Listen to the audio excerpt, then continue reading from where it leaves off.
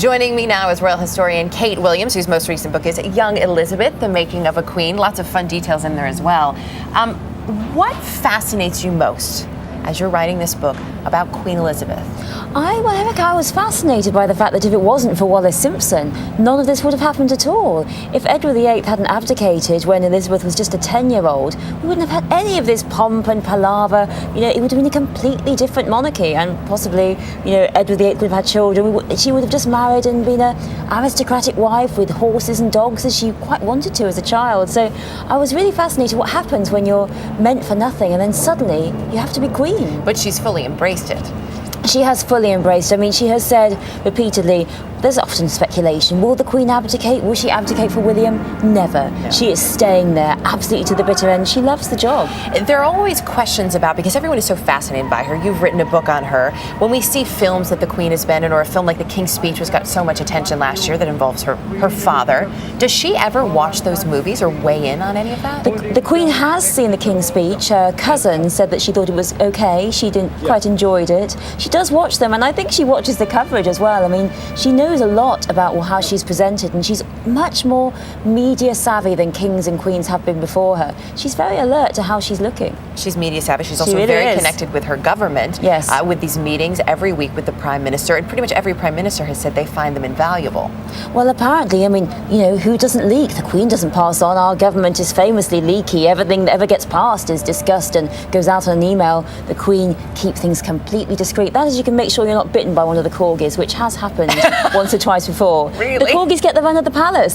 Sometimes they can be a teensy bit vicious, just a bit. I wonder if they're trained to do that. Why do you think there's been a lot of talk about the popularity of the monarchy being at an all-time high and whether or not it's due to the younger generation? Is it William and Kate, for example, who are bringing this renewed love of the monarchy?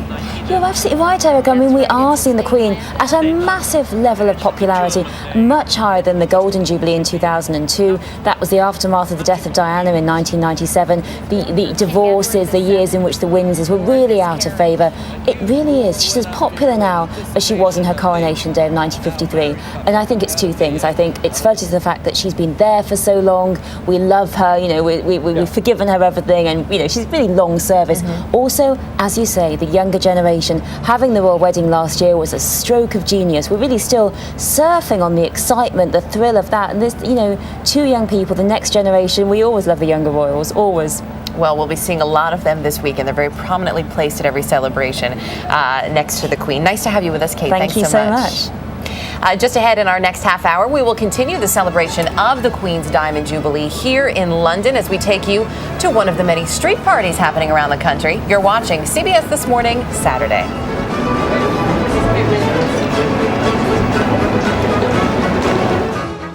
With us now is historian Kate Williams. She studies the royal family, has written about them extensively. Your new book is Young Elizabeth, writing about Queen Elizabeth II. And it's great to have you here to give us some more perspective on the family. It's all about the history today. It's all about the history. One thing, though, that's really been important and seemed to put a minor damper on things last night was when we learned that Prince Philip, the Duke of Edinburgh, of course the husband of Queen Elizabeth, had been taken to the hospital. Apparently we're told it was some sort of a bladder infection.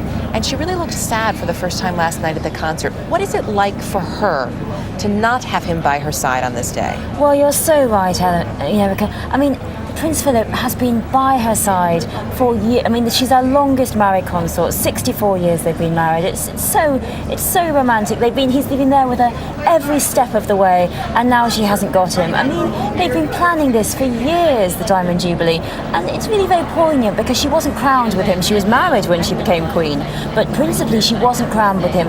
Normally, kings are crowned with their consorts.